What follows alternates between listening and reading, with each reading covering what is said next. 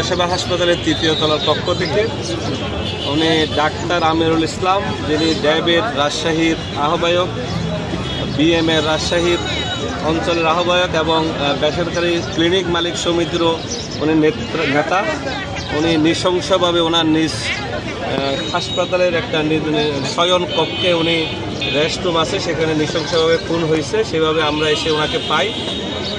সেই ভিত্তিতে আমরা পারিপার্শ্বিক অবস্থা ও আমাদের যে প্রযুক্তিগত যে বিষয়গুলো আমরা বিশ্লেষণ করি, আমরা পুলিশের পক্ষ থেকে আমরা জেলার বিভিন্ন সংস্থা আমরা যৌথভাবে কাজ করার পরে আমরা দেখতে পাই হাসপাতালের একটা স্টাফ এটার সাথে মূলত জড়িত ছিল।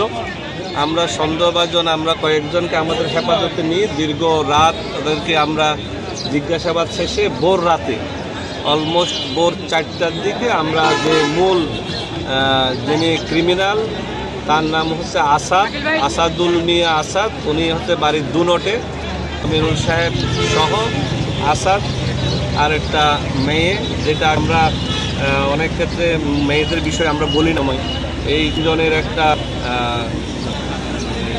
ভালো লাগা অথবা মানে নিজেদের আন্ডারস্ট্যান্ডিংগত একটা বিষয়কে নিয়ে মতবিরোধ দেখা প্রেক্ষিতে গত 25 অগাস্ট আসাদ এবং যে মেয়েটাকে এই ঘটনায় সেই মেয়ে সহ তাকে মারধর করে, ওখানে একটা চেন ছিল, সেখানে মারধরের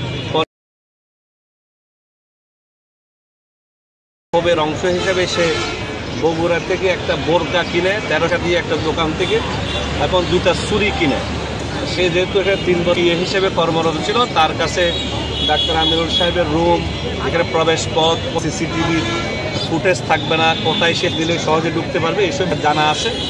সেই ভিত্তিগত 31 অগাস্ট সন্ধ্যা 7টার দিকে সে বোরকা পরিহিত অবস্থায় সে 3 তলার ডাক্তার আমিরুল সাহেবের কক্ষে অবস্থান। যখন সে 3 তলায় আমির সাহেবের রুমের সামনে যায় তখন উনি ভিতরেই ছিলেন। এই সময় সেই সিঁড়িতে সে গোপন করে অবস্থা যে মহিলা হিসেবে।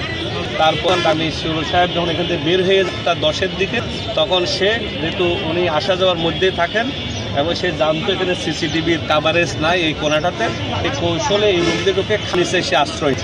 তার প্রাথমিক জিজ্ঞাসাবাদে আমরা যেটা বুঝি, তার সাথে যেটা আমাদের 10-12 ঘন্টা জিজ্ঞাসাবাদ হয়েছে,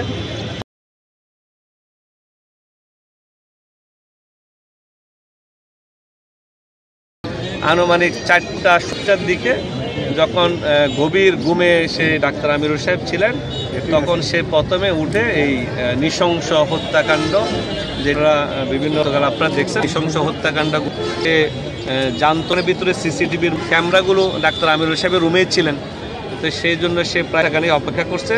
নিজেরে গোছাইয়ে সে আবার 6:15টার দিকে সে বোরকা পরে নিচে নেমে গিয়ে সে চলে যায়। গিয়ে ক্ষোভের বসে অথবা তার মধ্যে কোনো ধরনের ওই যে ত্রিমুখী একটা বিষয়, সেই বিষয়কে সামনে রেখে তার মধ্যে নৃশংসতার প্রতিহিংসা জাগ্রত হয়েছে বলে ঘটনাটা ঘটাইছে। এই অবস্থায় আপনাদের আর